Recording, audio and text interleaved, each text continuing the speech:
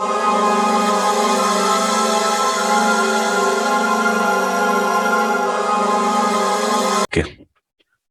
Then what I was telling you, so I will help you to install your operating system on the virtual machine, right? So that's why I have asked you to download the VMware workstation on your laptop, right? And install that software in your machine. Then after, I will tell you how to install the Linux or the real operating system in that virtual machine. Now, installation type. There are multiple ways we can install the operating system. Like one is the ISO image, another in the CD DVD, or third one is the PXE. This PXE will be totally based on network, right? So we need to create the PXE server. After that, we will be able to install the operating system from network. So we're not going to use this PXE at this moment. However, the CD DVD will also not I would say not useful for you, because for that we need some CD driver, and once if you want to install the operating system in physical machines or somewhere, then we need this CD DVD, right? So everyone had this ISO image. You need to download it from that Red Hat portal. So once you will download that ISO image, then from that ISO image we will going to install the operating system. Operating system can be installed in two ways, like by using attended installation, and another one is called unattended. Basically, in company where we need to install multiple machines at a time, right? Or we need to install some remote server, so we possibly use the unintended installation. What does it means? So we do not need to follow each and every instruction. We need to write in one file, and we give the path of that file, and your operating system will your system will take all the information from that file and install everything, right? That is basically known as the kickstart, and that we are going to cover in our course later on, right? And another one that is called attended installation. Attended installation means we need to follow each and every instruction, next password and everything we need to follow there. And then after we will able to install this operating system. So obviously we are going to do attended installation. We'll learn each and every options individually, like what does it means, and like what is the purpose of selecting that option. So we are going to use attended installation at this moment. Later on we'll see how to use the kickstart as well later on the course, right? So kickstart, I think it will install through Rufus. One software is there, Rufus. No, Rufus is something different, which create your bootable media, right? Yeah. So here we are not going to create any bootable media. Actually, we are going to create one unattended file. So Rufus is a different software, right? Okay. So if you have this VMware workstation ready, then you need to go and click on File and click on New Virtual Machine. And typical will be good if you're going with the recommended option. Typical. Next. Here we need to select I will install operating system later. Remember, do not select this one, installer disk image file ISO, because if you will select this option, so VMware workstation will automatically install the whole operating system, and you will not get any options to install your OS in interactive mode, right? So that's why do not select this one and use I will install the operating system later. Next, Linux, and select your Red Hat. Okay, at this moment in this VMware 16, I have only Red Hat Enterprise Linux 8 64-bit option in there. That's totally fine. I can install 9 there as well. If I will select this 8, then the next here you can browse your path where you want to install, create your virtual machine. So let me create RHEL 9 server something, right? And you can give the path as well. Next, space. So let's use 30 GB, 20 GB. In future, we need to create the multiple software. That's why I'm using 30 GB here. Click next. And in the customize hardware option, in your CD, now here just select your ISO image. You need to browse it somewhere. Let me see where it is. So yes, base. So I've selected this base OS 9 and close it. Right? And finish this. Right now it has 4 GB memories. Here in customize option. In customize option, what you selected? In ISO, I give the path. Just browse it and give the path of your ISO. I'm going to increase the memory so that installation could be a little bit fast. Complete this option. So you will have one virtual machine. See, this is what your virtual machine. And here we need to install your operating system. So once will be done, we have the option called power on this virtual machine. Click there.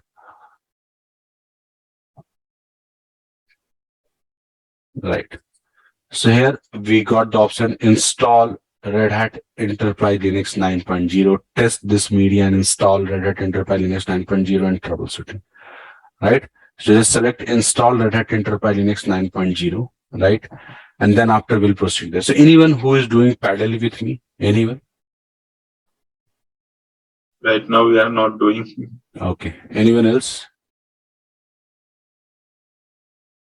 Okay, Madhukar. Good. Okay. So select this install Red Hat Enterprise Linux 9.0 and this white color means it got selected. Remember, right? White color means it got selected. Press enter.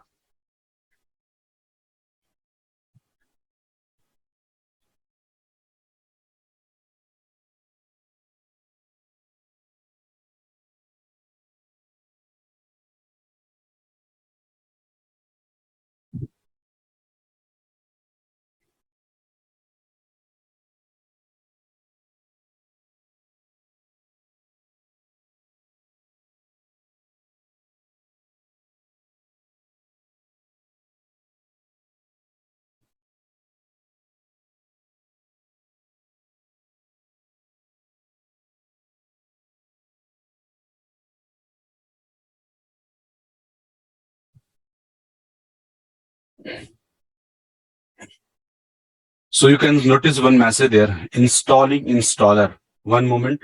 Anaconda 34 something for Red Hat Enterprise Linux 9.0 is starting. So what this Anaconda is actually, so Anaconda is your installer, right? Installer means now onwards, whatever the process will be going to or will be showing on your screen, and everything will be managed by your installer. Installer is what? Installer is a program, right? Installer is a program which help us to give the interfaces, help us to run some commands if required, like all those things called the installer. Installer is the program which help us to install the operating system. And in Linux, Anaconda is the installer which allow us or help us to install the operating system. Right, all the options it will show you, whatever options. If you need to run some commands to you, it will also give you the prompt to run the commands as well, right? So here we need to select our language. So I will go with the default language, English and United States English is United States will be there. Click on continue.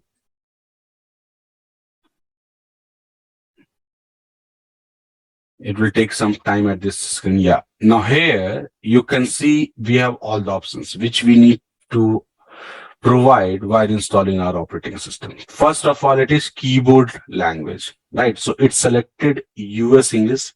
If you want to select something else, you can do that, but I do not want to change it. So I will leave it as it is, English US. Another option in the localization is the language and support. It is there. English language is English United States. I'm again okay with this, so I'm not going to change this as well.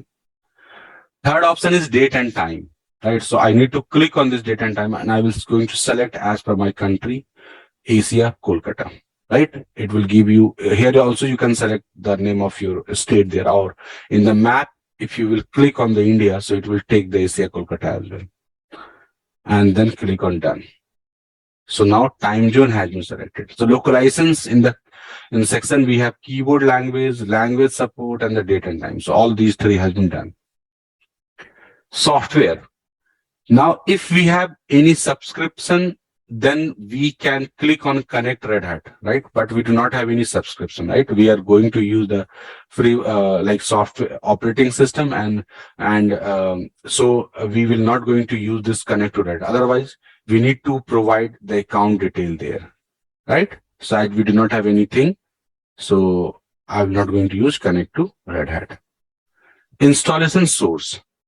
From where you are going to install your operating system. Once you click this, or you will see this is called local media. So local media normally comes for your a CD-ROM, right, or the ISO image. So the ISO image which you have downloaded to your laptop, it will be actually a CD-ROM for your virtual machine. Right. This is what the virtual VMware workstation will do. If you can see my screen, so at the bottom, you can see multiple icons. Like this is called hard drive, this is called CD drive, right? This is called network.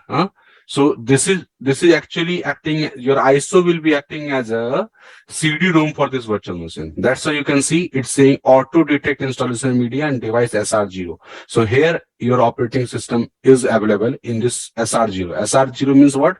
This is your CD-ROM actually, right? We'll see about this naming convention later on in our like course. What is this SR0, SD and everything.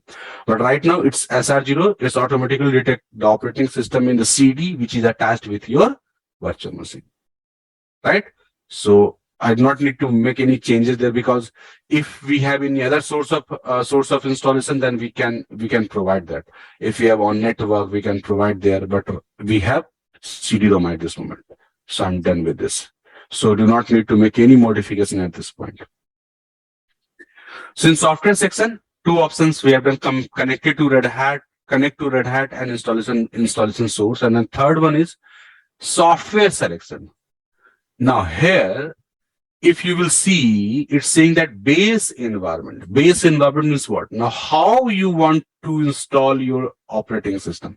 As I have selected server with GUI, it means once my operating system will be installed, I will get command line plus GUI as well, means desktop as well. So this option will provide us command line and desktop both, right? But if you will go with the server option, so it will only give you the command line option, right? So as a beginner, I would suggest you to select the server with GUI, right? So that we will get the both of the option, desktop and the command line both, and from where we will work there, right? Server will be totally CLI. Minimal installation. Again, it will actually, once we select this category, so in the backend it defines like how many and which packages need to install. So minimal installation means, again, the number of packages will be less installed in this operating system, right? Workstation, again, it will also provide you the desktop. Then what will the difference between server GUI and workstation?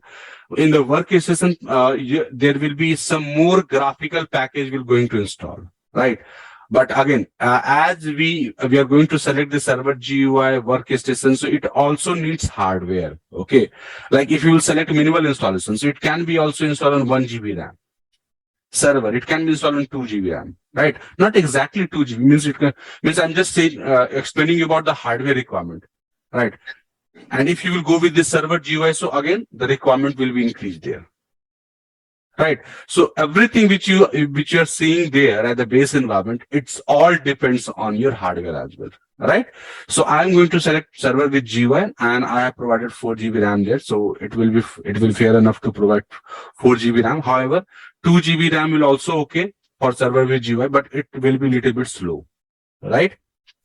And in your right hand side, we have multiple packages which you want to install along with your installation. But don't worry, right at this moment, we are not going to install any of the package, because we will learn in the chapter or in the course how we do the software installation, right? Package management.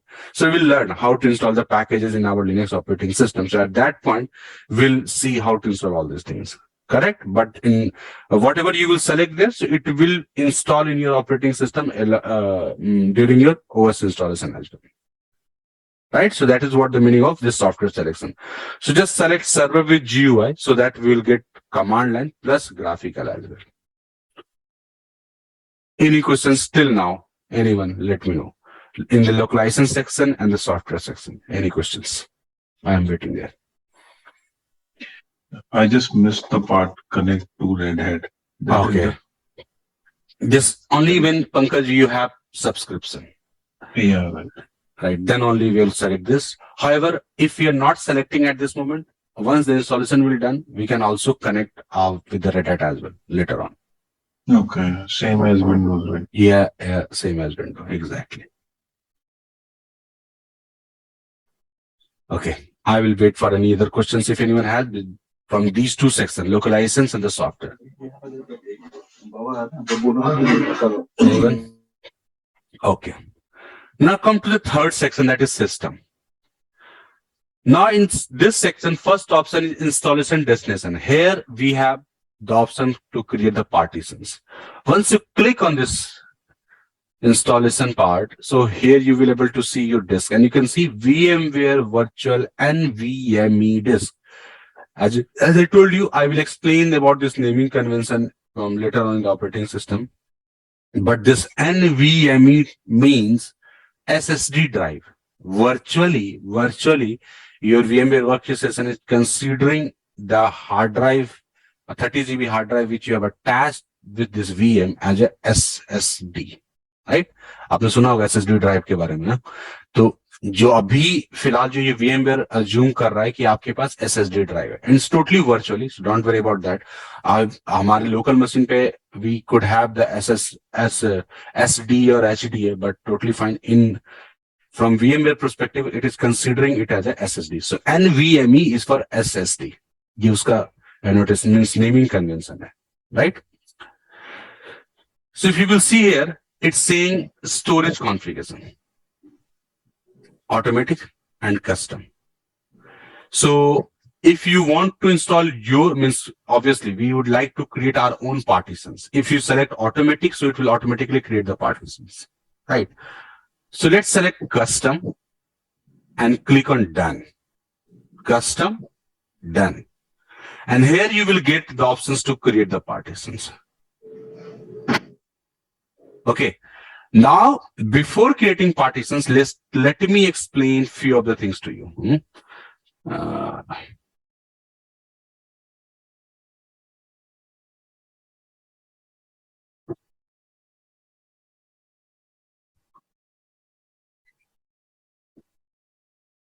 Just a minute.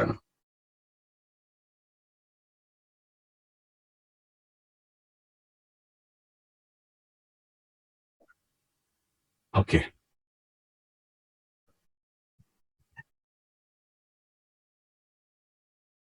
See, from installation perspective, if someone will ask me what the partition requirement to install an operating system in the Linux, right? So minimum partition which we need to install an operating system, that is slash, right? Again, I'm telling you, we'll discuss what the slash it is actually, but at the initial stage, like as from the installation perspective, I can compare it with your C drive in your Windows. In your Windows, you have a C drive. In this C drive, we install our Windows operating system, right? So this C is what? C is the name of your drive, right? In which you are going to install your operating system. Similarly, this slash is the name of your drive or partition, right? Whatever you can say there, drive and partition, in which your whole operating system will going to install. Whole operating system is going to install, similar to your C drive, right? And you will able to install your operating system. Now, in case of Windows, we can create more partitions while installation, right? We can create D, E, F, and all these things, right? And the purpose of this partition will to store, like some of the partition you can use to store your data, pictures, photos, right? That could be used for different partitions. Similarly, in Linux also, minimum partition is slash one partition. That is one partition which is required to install the whole operating system. My operating system will be installed in slash. That's totally fine. But recommended partition, if I will say, how many partitions do I recommend to create while installation? So there will be 3 partitions. One, obviously slash, where whole operating system will be installed. Another one will be slash boot, where booting files of OS will be there. And the third one will be swap. That will be called as the page memory. Right. Now let me give you some brief introduction about all these partitions there. So as I told you, slash will contain whole operating system, right? But this is number one partition. Okay, there is no any sequence matter. Remember, just I'm putting you the number to understand you. One partition slash, second is slash boot, and third one is swap, right?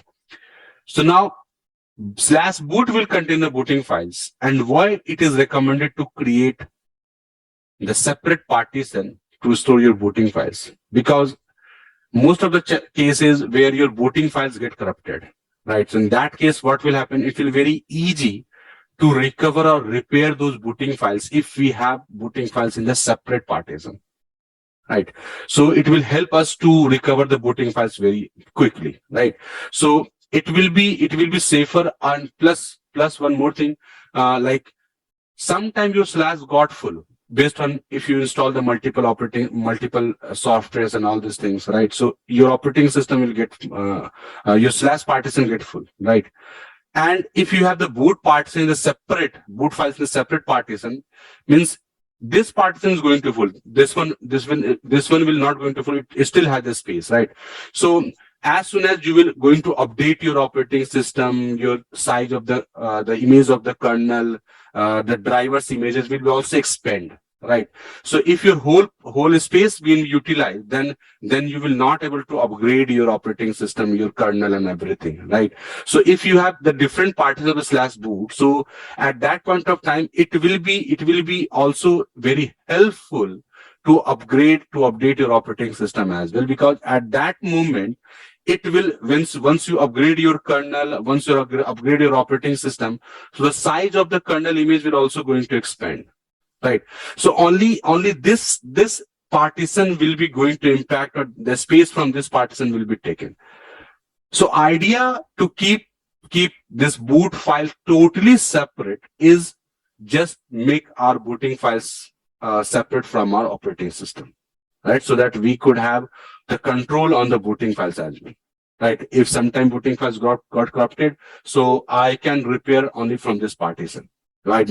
Then no any other partition or no any other data will be going to impact in our slash in our slash partition, right? Why you are keeping your data in the different directory? Simple. Means if sometime your Windows will be got corrupted, so your data will be still safe in your Windows. Same concept is there, right? But in Windows, we do not have any flexibility to keep our booting files separate, right? Everything will be installed in the C drive. But here, we can keep our booting files separate partitions, and that is why it is recommended. And the third option is swap. Swap is called page memory. Page memory means what? This actually it used by the kernel for process management. Process management. We'll discuss it in detail in the later on the course, but as I told you, let me give you some brief idea about this swap as well. See, whenever we run the process in our Linux operating system, not any non-Linux operating system, any operating system, when you run the processes, so there are multiple threads of that processes, multiple threads. Threads means there could be multiple pages of that processes, right? Which is also running along with your processes, right? It could be 50, it could be 10, it could be 100, any number of threads or the that pages of one process can have, right? But at one time, all the pages or all the threads are not being used by the process. So let's suppose if you have 50 threads or 50 pages, child pages of your process. So it could be possible, like your process is being used 3 pages, rest 47 pages or 47 child pages or child threads of the process is not being used by this process at this moment, but it may need. So what this kernel will do, kernel will swap all the idle pages to the swap. Right? And because whenever a process will run, it needs physical memory. Remember, it needs physical memory. So if that process would need 4 GB, for example, need 4 GB. But those pages or those threads which are not being used by process at this moment, its size is, let's suppose, 3 GB, right? So if there will be no any swap, so all the 4 GB will be consumed from your physical memory. But if you have swap, then what this kernel will do, kernel will swap these idle pages to the swap partition, right? So now 3 GB space has been released from your physical memory, which can be used by other process as well. Right, that is what the benefit of creating swap, right? अगर आपके पास process चल रहा है, उस process के multiple threads हो सकते हैं, मल्टीपल चाइल्ड पेजेस हो सकते हैं, और वो सभी पेज जरूरी नहीं है कि प्रोसेस आपका यूज करे, राइट? अगर प्रोसेस आपका सभी पेजेस को यूज नहीं कर रहा है, तो those pages could be idle. So kernel क्या करेगा, उस आइडल पेजेस को स्वैप मेमोरी के ऊपर, पेज मेमोरी के ऊपर स्वैप कर देता है, मूव कर देता है, जिससे कि क्या होगा कि इन पेजेस का जो स्पेस है, लाइक 3 GB का स्पेस जो होता है, वो एटलीस्ट फिजिकल मेमोरी के ऊपर वो एंगेज नहीं करेगा, वो फ्री हो जाएगा, क्योंकि your physical memory is more costly than compare to your disk, right? Swap क्या है? Swap is a space of your hard drive which will be act as a page memory. Again, I'm repeating, swap is a space of your hard drive which acting as the page memory, but it will manage the idle pages. Remember, idle pages, not running pages. Swap कभी भी running process को manage नहीं करता, running pages को manage नहीं करता, ये सिर्फ और सिर्फ मैनेज किसको करता? आइडल पेजेस को. Means those pages which are not being used by process at this moment, but some time it may need, and whenever it will need, kernel will again swap those pages to the memory again, physical memory again. So swap memory का advantage इतना है कि actually में हम अपने physical memory का load को share कर रहे हैं, but remember it will only swap the idle pages, that's it. That's why it is recommended to create the swap partition. If you will not create the swap partition, all the pages, either it is running or idle, it will be stored on your physical memory, and it will consume all the spaces on the physical memory. And you know, physical memory RAM is costly as compared to the drive, means disk drive. So that's why it is recommended to create the swap partition as well. I have a chart, let me see. And even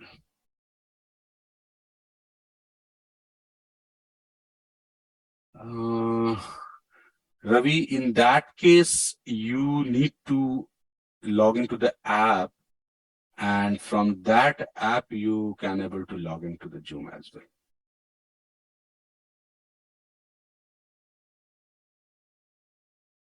Okay.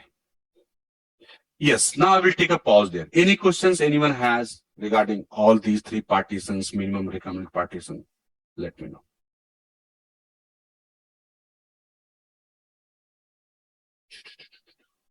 Anyone? Any questions?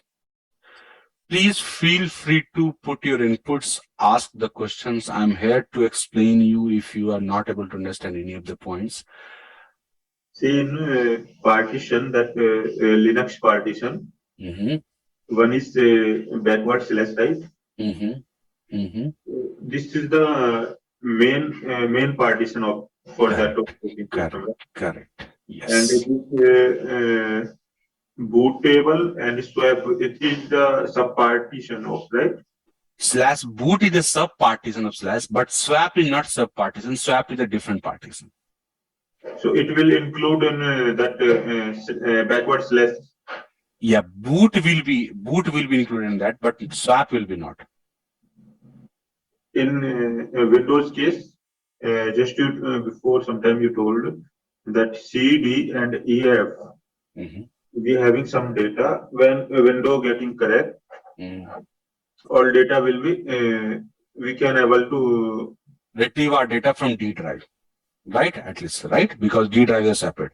Similar thing is there, Mubarak. I totally understand why you're confused there, because as I'm saying, it is a sub part, so that's why you confuse, like if slash will be corrupted or slash boot will be corrupted, again everything will be corrupted, right? That is what where you're confusing. It's totally agree. But I would say again, you need to wait for that because it is actually slash boot is something called the mount point, and I'm not going to make it complex at this point. That's why I'm taking this very simple word. What is so? It is actually the mount point, right? So again, if your slash boot will be going to corrupt, nothing will be going to happen in the slash because it is actually a mount point. And what it is and how it works, we'll see in the in our operating system as well. So that boot space having operating system booting information, right? Booting files, not only information, booting files. Memory is detecting hardware, which hardware are connected. Yeah. Those files will be in the boot partition. Which is the processor using yet, and all operating and hardware information it has. Not information again, I'm saying it contains the files. Like booting files has the VM lineage is the file, booting file, init RMF is the boot, the file. So those files basically in the boot directory. Okay. Thank you. Yeah. Any questions anyone has regarding these partitions option, please feel free to ask me. Sir swap को after installation add कर सकते हैं sir? Yes, definitely. We can add swap, yeah. Same work करती है? Right, definitely, yes. सब कुछ काम करेगा. Anyone else? Any question?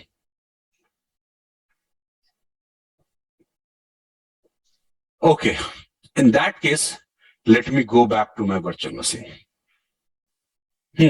One question, Deepak. Yeah, please, Pankaj, go ahead. When we said minimum partition, that means that will be automatically generated, right? Yes, it will be automatically generated. If you will not select the custom, yes, it will automatically generate. And when I'll select custom, then we need to create this one as well. Means at least this one, and you can put next. Installation will start. okay. And if I have not selected custom while creating the OS, after that also I can create all the parts. No. Once OS will be, means these partitions can be created, swap could be created, and this slash boot can be means once the installation will be done, then it will be difficult to create slash boot only. Other than that, any partitions we can create later on. Okay, so slash boot has to be created while. Yeah, that is what correct. That's why it is recommended to create these partitions during installation. Yes, is the we can say the root partition. Yes, you can say that, Ketan. But actually, it will create sometime confusion. So that's why I'm not saying it is a root partition. But exactly, yes, it contains all the files of your operating system.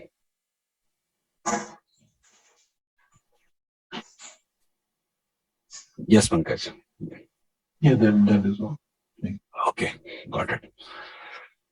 Okay, so let me come back to my virtual machine then, and we'll see how to create these partitions now.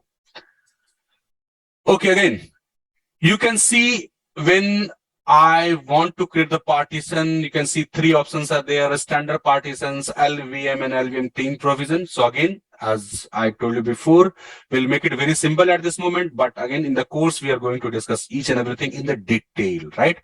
So what this LVM will do, this LVM will gives us the flexibility to extend the partition. So now let's suppose if you create the partition size at 10 GB at this moment, and in future you want to increase the size of your partition 10 to 15, 20 or 30. So we have the flexibility to increase the partition in case of LVM.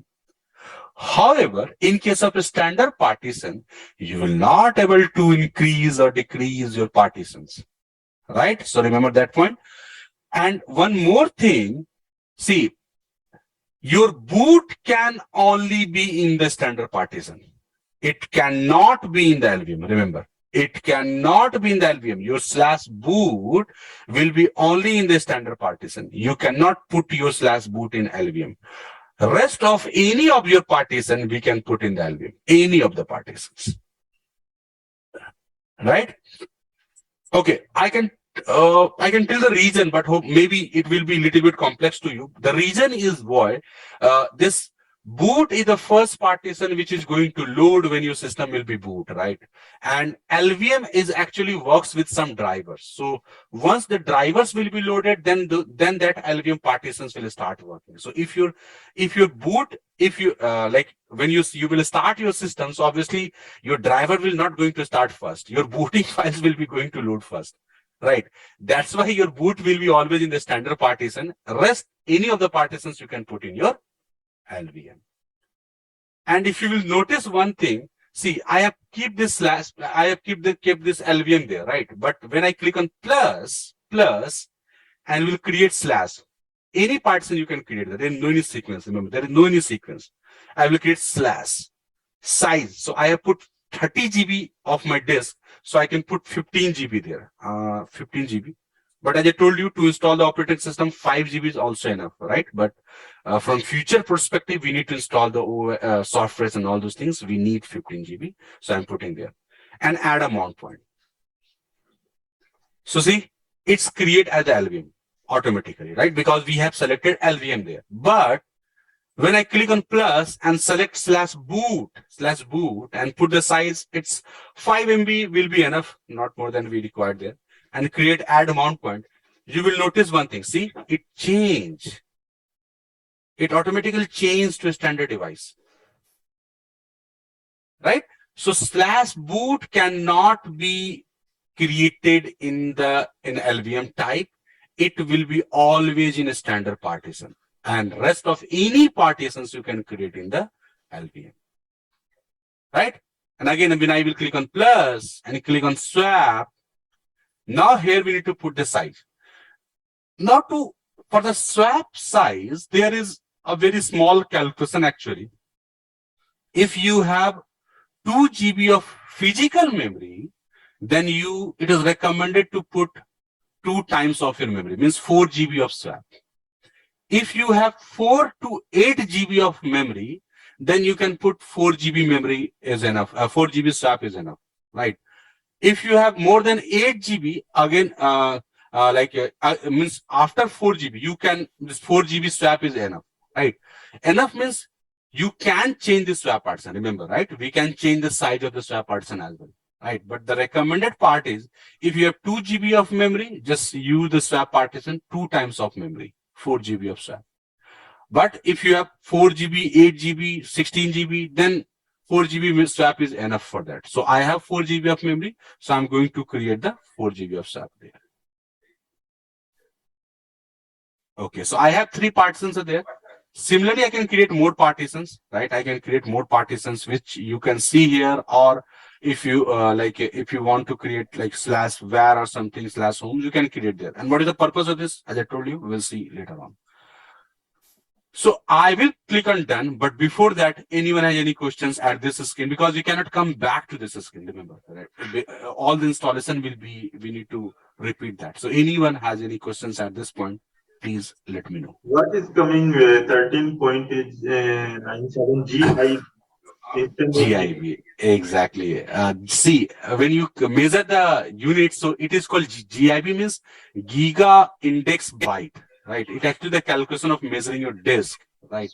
So that is why it's coming into GIB, giga index byte. GB is gigabyte. So mostly accurate calculation is GIB instead of GB. Remember? Okay. Okay. Index is counting here. Exactly. Normally they are not showing indexing, but in actual they counting or storing index wise, right? Gigabyte giga index byte. Yes.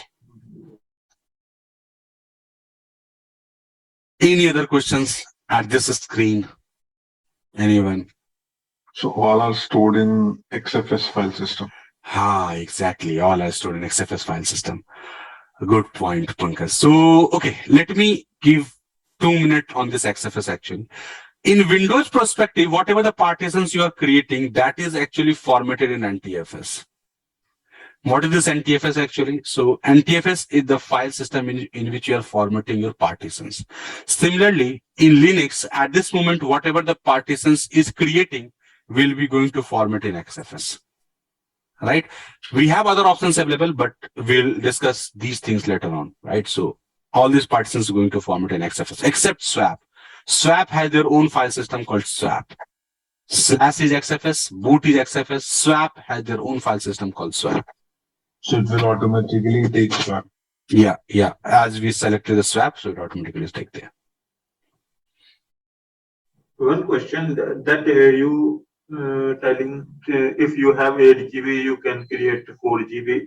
That I have getting confused. Okay, what I'm telling you for the swap means how much the space of the swap partition can have. So I told you if you have 2 GB RAM, so we should put 2 into physical memory for swap. Physical memory. Physical memory, it means RAM. Okay. RAM.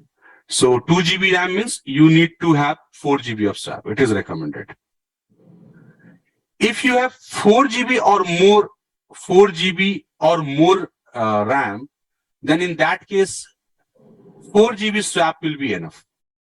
4 GB swap will be enough. However, this can be increased later on whenever we required. Based on the load, based on the process, we can increase it.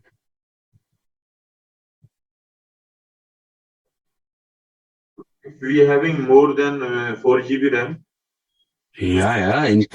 On servers, we could have 180 GB, 256 GB, 512 GB. We can have. 1 TB I put it for RAM. In your virtual machine? Server platform. Yeah, right. It could be. Yes. Anything else? Anyone from this screen? Okay then. So now then let me click on done. Done. It is saying me everything is going to create and swap LVM XFS. We need to select accept changes. Done. Okay. Kdump. Kdump is basically kernel dump memory. In very, very simple word, what I can tell you about this kdump, sometime it could be happen due to some bug or some issue, your kernel got unresponsive, right? So when this situation will be created, one temporary file will be created and will be stored on your system. In that is will be location will be /var crash.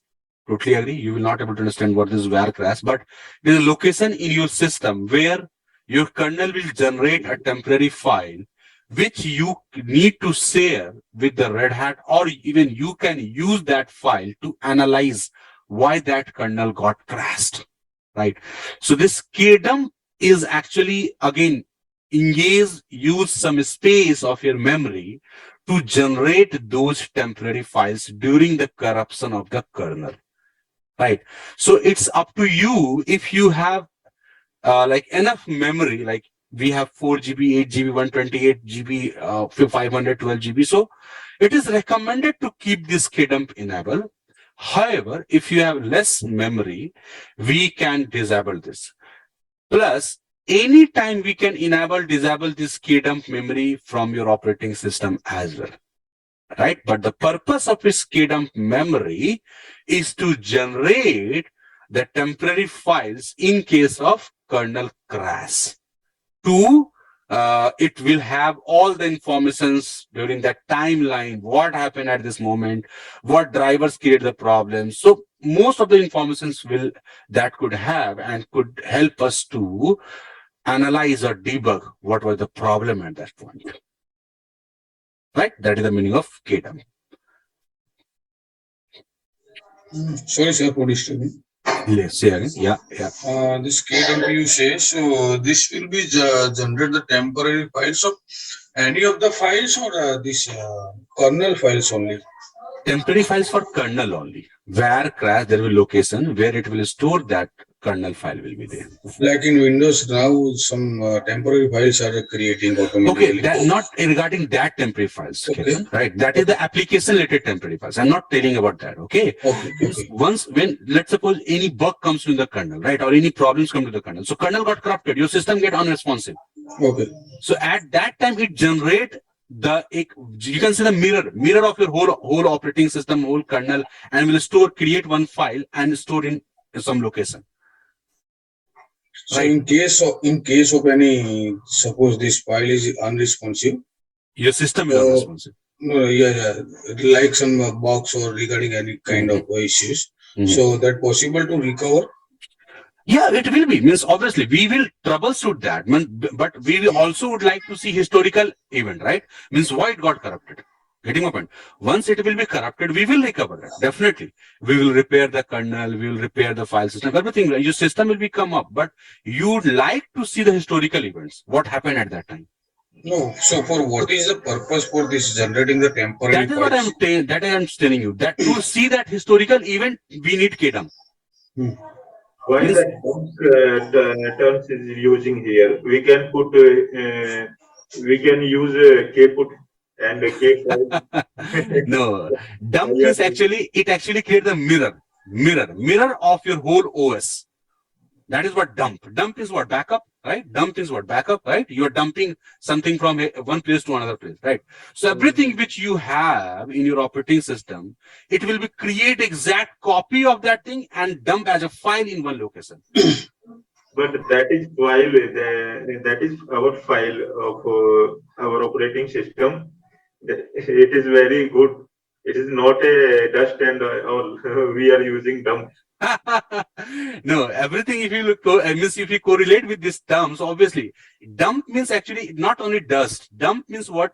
You are picking something from one location and putting it to some other location. That is what dumping, right? Picking up from one location and dumping it to another location. That is what dump. The same thing is happening there. Everything which is loaded in your memory in operating system will be dumped as a file and placed in one location. Okay. Right? Thanks. And the purpose of this dump file to analyze historical events. What happened at that point why this kernel got corrupted? Ketan. You mean to say this will be like an event only? Means it will contain the event also. Event also. Event also. It has lots of things, but what I'm saying we use this dump file to analyze the historical events. Means what happened at that point. Anything, what kind of bugs came at that point. Why that kernel got corrupted at that point. Log files, right? Logs, events. Apart from that, any other temporary files, any drivers, whatever happened at this point. So most of the things which have in this kdump file. Got the point, Ketan? What is the purpose of this kdump? Yes. And Ali, are you clear why this is called dump? Because dump is not meaning only dust. It just you are taking something from one place and dumping it to other place.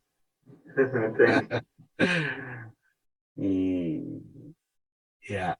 Anything else anyone has?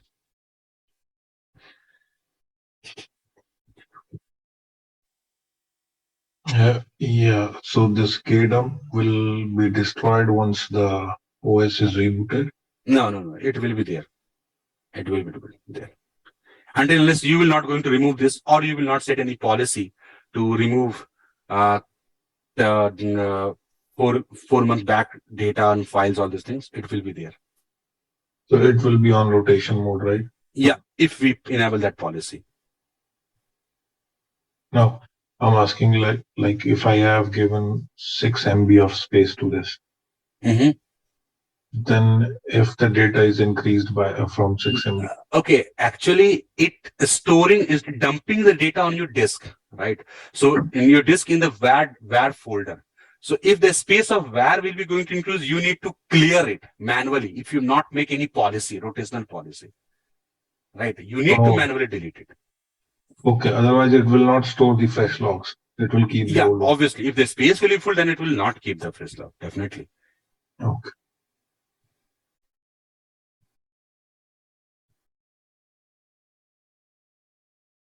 Yes, I'm waiting for any other questions as well.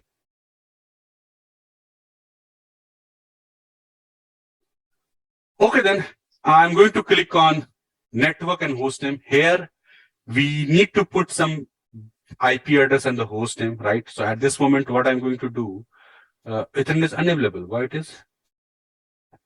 Okay. Let me change it somewhere. It's showing me unplugged. In my case, I'm going to select this one, but in your case, you can select VNet Geo. I've created the different networks for in the VMware workstation. So let me see. It should be back. Yes. So yeah, now take the if I've in your case, if it will be in the this, you need to toggle this option so that it should take some IP address. Why I'm telling you this, because we will learn how to set this IP address and all these things. But at this moment, just put this IP address at the basic step so that later on we can use this IP address to communicate with the servers, right? So click on this one. It will take some IP address from your internal network, right? In my case, I have my internal network with this one. That's why it is taking this IP address. And we'll set this name. I will say server1.example.com, something like this. And we'll click on apply and click on done. So here I've set IP address and the host name as well. Security profile, it is moreover related to the like Linux and all these things, right? So we'll discuss it on the later on, right? So I'm not going to explain this because it has lots of profile there. So we'll learn about when we learn about the Linux and all these things. And means in the system section, we have installation destination, kdump, network and host, and the security profiles. In the user setting, we have root, password, and the user creation. So what is this root actually? So root is the first user and admin user of your Linux operating system. Root is the admin user or the first user of your operating system, right? Which has whole access on operating system, whole access. Got a point? So we need to, here if you will see, it's only allowing us to set the password, not creating user. Why? Because root user is already created. It is the first user already created. We only need to set some password, right? So I will set some password there. Now you can see it's saying lock root account. So from security perspective, it's saying that do you want to lock root account? I will say no. Because we may need sometime root access, right? To like some password of the user get is not remember or expired. So we need that use password, right? So we would not like to lock the root account. However, it up to you allow root SSH login. SSH is what? It is a remote protocol to take the server's remote by command line, So if you will click on this option, it means you're allowing to take the remote of the server by using root user. For security concern and in the companies, this option will be not selected, right? If this option will be not selected, you will not able to take the remote of server by root. You need to take the remote of server by local user. Then after, you can switch to the root. How it will be that it will happen, we will learn later on. But this option for the security concern, in company, it will be not allowed. But here I'm intentionally clicking this because we need later on these options to take the remote of our servers. Again, these options can be modified once the installation will be done as well, right? So here I'm going to click on allow root SSH login with password. It's saying that I have weak password, so I need to click 2 times on the done. User creation. Let me create one user there. Okay, it's saying make this user administrator. I will say, okay, yes, make this administrator, right? Required password to this account. Yes. So I'm going to set the password. Again, saying the password is very weak. I will say no problem. Just click on done 2 times. it will be taken. Now here I can start the begin installation, but again, if I will click there, I cannot come back to this screen. So any questions? Any of the options with this screen? So this lock account option, how exactly it will do? It will not allow you to log in with the root. Oh, so why it is created then? Yes. In company, it could be sometime from the console also you will not able to log in with the root. You need to log in with some local user, then you can switch to root. There is a difference between login and switching, right? So that's why if you will click on the lock root account, so you will not able to log in from the console as well. No, so it will not let you in directly, but Directly. Yes. Directly it will not allow you. all right.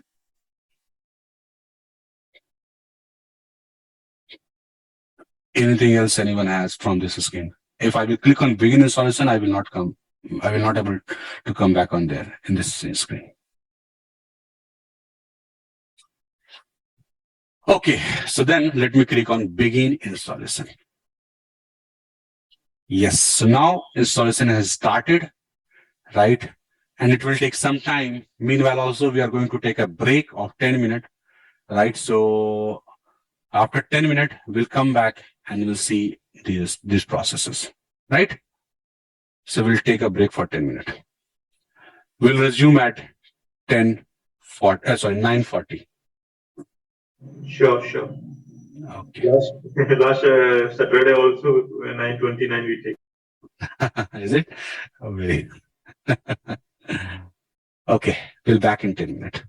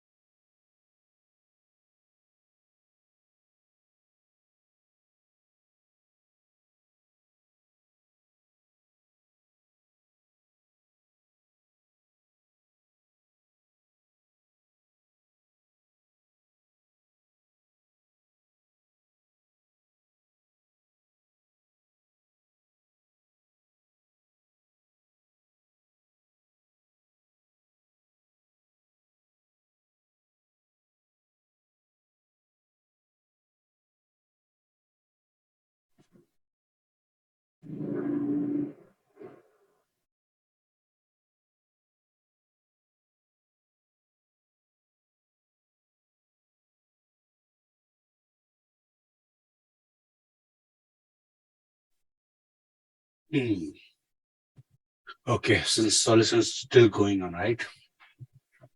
Yeah, it will take up to 1 hour.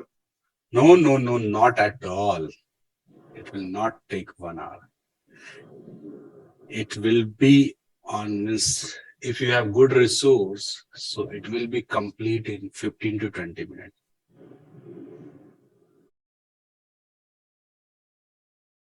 Okay, meanwhile, let me show you some interesting thing. Installation process is going on. See, from your keyboard, when you will press Alt Control F2, right? Alt Control F2. So you will see a command line prompt that will be basically provided by your Anaconda installer, right? On this prompt, it is normal Linux based prompt, right? You can run any of the commands. However, possibly you may not like familiar with some of the command, but it is totally command line, right? And we can run any of the commands to see, to check anything, right? Anything we can run this command. So this installer Anaconda installer provides you this prompt while your installation is going on, right? You want to check any logs, so that can also be checked for logs part. And right, so this is what one command prompt. When you press Alt Control F3, F4, F3 also has the same command prompt, F4. So here you can see it actually showing the real events, right? What is going on in the system while installation, right? If some warning message notice, so it's actually creating the real events on your screen. Alt Control F5, again the command line, then Alt Control F6, where you have the GUI prompt where the installation is going on, right? And in this Alt Control F1, if you remember, when we have that screen where we selected the language, keyboard, partition, installation media. So this screen is just before that, right? So this screen where the Anaconda installer was started, it come onto Alt Control F1. Right, Alt Control F1, then Alt Control F2 gives you the command prompt, F3 gives you the command prompt, F4 will gives you the real-time events during the installation is going on. Alt 5 is your command prompt. 6 where you have got the graphical screen there. Okay, so it's saying that this product is subject to the license agreement found at USR, SARE, Red Hat Release, EULA, and that's totally fine. It's a warning. I can ignore that one. And we'll take a reboot of the system. So I will take the reboot. Yes, so system is going to reboot now. And it will take some time to see us. So you can see here, we have Red Hat Enterprise Linux 5.14 kernel version, and 9.0 is your OS version, and Plow is your name of your kernel, right? So it will automatically start this kernel. However, I have break the timer. That's why it's waiting for my instructions to press enter there. But otherwise, it will automatically start the default kernel there. Okay, so now that kernel or Linux which we have installed, so that is going to start now.